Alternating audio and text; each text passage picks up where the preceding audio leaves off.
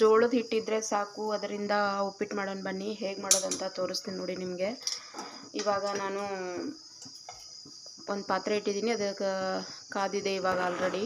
ನೋಡಿ ಫ್ರೆಂಡ್ಸ್, ಒಂದು ಈ ಬೌಲ್ ಅಳತೆಯಿಂದ ಒಂದು ಬೌಲ್ ಅಂದರೆ 2 ಬೌಲ್ ಹಿಟ್ಟು ತೊಗೊಂಡಿದ್ದೀನಿ. ಇವಾಗ ತೊಗೋತಾ ಇದ್ದೀನಿ. ಅದಕ್ಕೆ ಸ್ವಲ್ಪ ಒಂದು ಸ್ಪೂನಷ್ಟು ಆಯಿಲ್ ಹಾಕಿಬಿಟ್ಟು ಚೆನ್ನಾಗಿ ಹುರ್ಕೊಂಬಿಡೋಣ ಫ್ರೆಂಡ್ಸ್. ಇದನ್ನು ತರಿಯಾಗಿ ಸ್ವಲ್ಪ ಹುರ್ಕೊಂಬಿಡ್ತೀನಿ. 2 ಬೌಲ್ ಹಾಕ್ಕೋತಾ ಇದ್ದೀನಿ ಫ್ರೆಂಡ್ಸ್. ನಾನು ಇವಾಗ ಇದಕ್ಕೆ ಹಾಕ್ಕೊಂಡು ಚೆನ್ನಾಗಿ ಹುರ್ಕೊಂಬಿಡ್ತಾ ಇದ್ದೀನಿ ನೋಡಿ. 1 ಸ್ಪೂನ್ ಆಯಿಲ್ ಹಾಕಿದ್ದೀನಿ, ಚೆನ್ನಾಗಿ ಹುರ್ಕೊಂಬಿಡ್ತೀನಿ. ಗೋಧಿ ಉಪ್ಪಿಟ್ಟು ತಿಂದು ಬೇಜಾರಾಗಿದೆ ಅಂದ್ಕೊಳ್ತಾ ಇದ್ದವರು ಇದನ್ನು ಒಂದು ಸರಿ ಟ್ರೈ ಮಾಡಿ. ಆರೋಗ್ಯಕ್ಕೂ ಕೂಡ ತುಂಬ ಒಳ್ಳೆಯದು. ಇದನ್ನು ಚೆನ್ನಾಗಿ ಹುರ್ಕೊಂಬಿಡೋಣ. ಇನ್ನೊಂದು ಸ್ವಲ್ಪ ಆಯಿಲ್ ಹಾಕ್ಕೊಂಡ್ಬಿಡ್ತೀನಿ ಫ್ರೆಂಡ್ಸ್. ಇದಕ್ಕೆ ಇಲ್ಲಿ ಆಯಿಲ್ ಹಾಕೋತಾ ಇದ್ದೀನಿ ನೋಡಿ. ಆಯಿಲ್ ಹಾಕ್ಕೊಂಡ್ಬಿಟ್ಟು ಚೆನ್ನಾಗಿ ಹುರ್ಕೊಂಬಿಡೋಣ.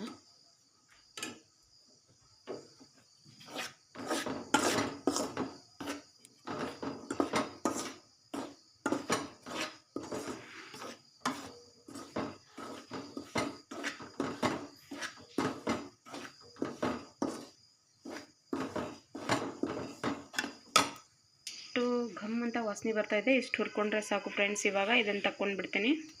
ಇಲ್ಲಿ ನೋಡಿ ಫ್ರೆಂಡ್ಸ್, ಅದೇ ಪಾತ್ರೆಗೆ 1-2 ಸ್ಪೂನಷ್ಟು ಆಯಿಲ್ ಹಾಕ್ಕೊಂಡ್ಬಿಟ್ಟಿದ್ದೀನಿ. ಆಯಿಲ್ ಹಾಕ್ಕೊಂಡ್ಬಿಟ್ಟು ಅದಕ್ಕೆ ನಾನು ಏನೇನು ಆ್ಯಡ್ ಮಾಡ್ತೀನಿ ಅನ್ನೋದನ್ನು ತೋರಿಸ್ತೀನಿ ನೋಡಿ ನಿಮಗೆ. ಸ್ವಲ್ಪ ಆಯಿಲ್ ಹಾಕ್ಕೊಂಡಿದ್ದೀನಿ, ಆಯಿಲ್ ಕಾಯ್ತಾ ಇದೆ. ಅಷ್ಟರಲ್ಲಿ ನಿಮ್ಗೆ ತೋರಿಸ್ಬಿಡ್ತೀನಿ ನೋಡಿ. ಸ್ವಲ್ಪ ಕಡಲೆಬೇಳೆ ತೊಗೊಂಡಿದ್ದೀನಿ, ಸ್ವಲ್ಪ ಉದ್ದಿನಬೇಳೆ, ಸ್ವಲ್ಪ ಕೊತ್ತಂಬರಿ, ಆಮೇಲೆ ಸ್ವಲ್ಪ 3 ಈರುಳ್ಳಿ ಹೆಚ್ಚಿಟ್ಕೊಂಡಿದ್ದೀನಿ ಸಣ್ಣದಾಗೆ, 1 ಟೊಮೆಟೊ, ಆಮೇಲೆ 3 ಮೆಣಸಿನಕಾಯಿ, ಸ್ವಲ್ಪ ಕೊತ್ತಂಬರಿ, ಆಮೇಲೆ ಶೇಂಗಾ ಬೀಜ ಸ್ವಲ್ಪ, ಇಷ್ಟು ತೊಗೊಂಡಿದ್ದೀನಿ. ಇವಾಗ ಫಸ್ಟ್ ಎಣ್ಣೆ ಕಾದಿದ್ರಲ್ಲಿ ಸ್ವಲ್ಪ ಕಡಲೆಬೇಳೆನ ಉದ್ದಿನಬೇಳೆನ ಫಸ್ಟ್ ಫ್ರೈ ಮಾಡ್ಕೊಂಬಿಡೋಣ ಚೆನ್ನಾಗಿ.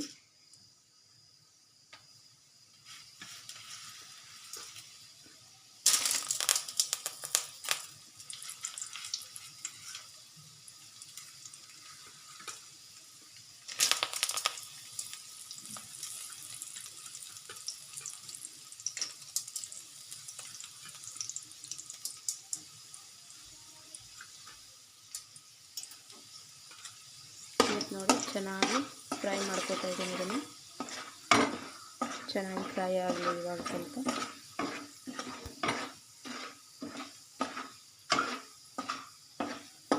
ಕಡಲೆಬೇಳೆ ಮತ್ತು ಉದ್ದಿನಬೇಳೆ ಚೆನ್ನಾಗಿ ಫ್ರೈ ಆದಮೇಲೆ ಈರುಳ್ಳಿನ ಹಾಕೊಂಡ್ಬಿಡಬೇಕು.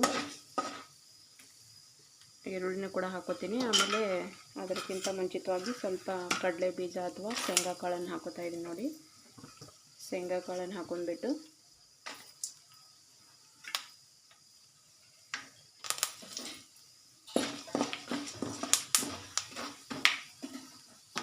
ನೆಕ್ಸ್ಟು ಈರುಳ್ಳಿನ ಹಾಕೋತಾ ಇದ್ದೀನಿ.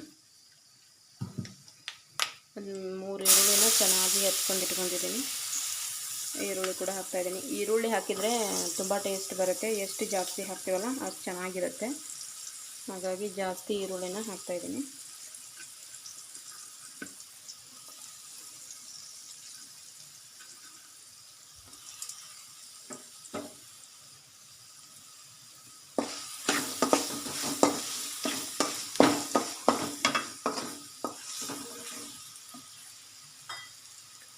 ಇವಾಗಲೇ ರುಚಿಗೆ ತಕ್ಕಷ್ಟು ಉಪ್ಪು ಹಾಕೊಂಡ್ಬಿಡ್ತೀನಿ. ಯಾಕಂದರೆ ಈರುಳ್ಳಿ ಕೂಡ ಬೇಗ ಬೇಯುತ್ತೆ. ಮತ್ತು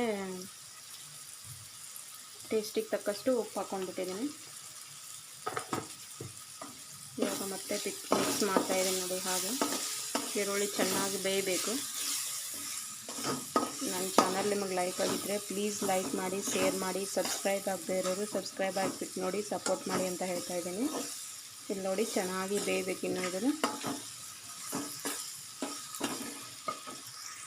ಈರುಳ್ಳಿ ಇಷ್ಟು ಬೆಂದರೆ ಸಾಕು ಫ್ರೆಂಡ್ಸ್. ಚೆನ್ನಾಗಿ ಬೆಂದಿದೆ ನೋಡಿ. ಇಲ್ಲಿ ಇಷ್ಟು ಬೆಂದಿದೆ ಸಾಕು. ಇವಾಗ ಮೆಣಸಿನ್ಕಾಯಿ ಮತ್ತು 1 ಟೊಮೆಟೊನ ಹಾಕಿಬಿಡ್ತಾ ಇದ್ದೀನಿ. ಇದರಲ್ಲಿ ಹಾಕಿ ಮತ್ತೆ ಮಿಕ್ಸ್ ಮಾಡ್ಕೊಳ್ಳೋಣ.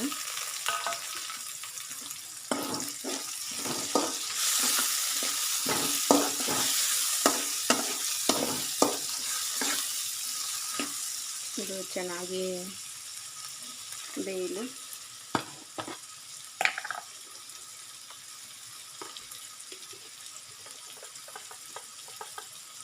ಹಾಗೆ ಒಂದು ಚುಟಿಕೆ ಅರಿಶಿನ ಪುಡಿ ಹಾಕ್ತಾಯಿದ್ದೀನಿ.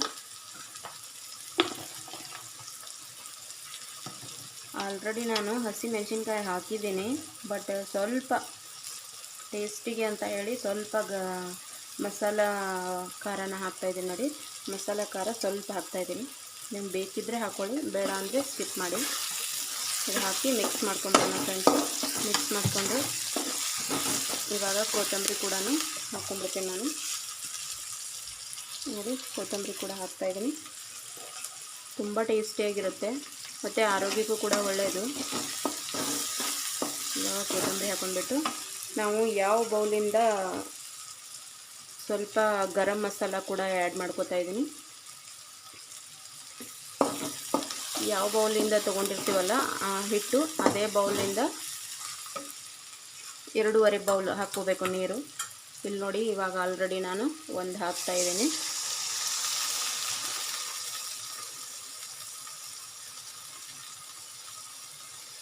ಎರಡು ಬೌಲು,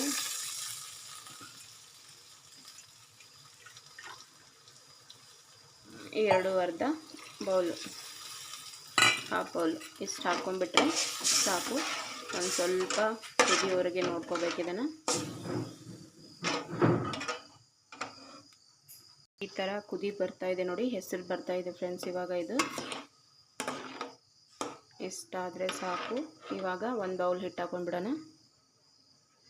ಇಲ್ಲಿ ನೋಡಿ, ಒಂದು ಬೌಲ್ ಹಿಟ್ಟಿದೆ, ಅದನ್ನು ಹಾಕ್ಕೊಂಡ್ಬಿಡ್ತಾಯಿದ್ದೀನಿ ನೋಡಿ. ಇಲ್ಲಿ ಹಾಕ್ಕೊಂಡು ಚೆನ್ನಾಗಿ ಮಿಕ್ಸ್ ಮಾಡ್ಕೊಂಬಿಡೋಣ ಫ್ರೆಂಡ್ಸ್ ಇದನ್ನು.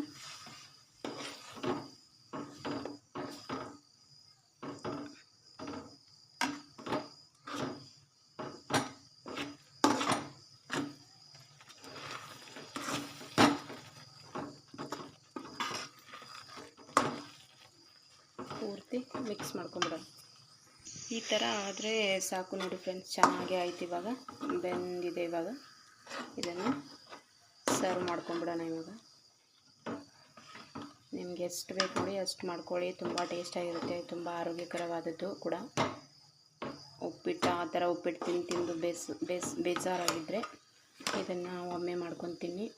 ನೀವು ಇದಕ್ಕೆ ಏನಂತೀರ ಅಂತ ಹೇಳಿ. ನಮ್ಮ ಕಡೆ ಇದಕ್ಕೆ ಉಪ್ಪಿಟ್ಟು ಅಂತಾರೆ, ಮತ್ತು ಮುದ್ದೆ ಕೂಡ ಅಂತಾರೆ, ಜೋಳದ ಮುದ್ದೆ ಕೂಡ ಅಂತಾರೆ. ಈ ಥರ ಇದೆ ನೋಡಿ. ಇವಾಗ ಒಂದು ಬೌಲಿಗೆ ಹಾಕ್ಬಿಟ್ಟು ಸರ್ವ್ ಮಾಡ್ತೀನಿ ನೋಡಿ ಫ್ರೆಂಡ್ಸ್, ರೆಡಿ ಆಯಿತು. ಇವಾಗ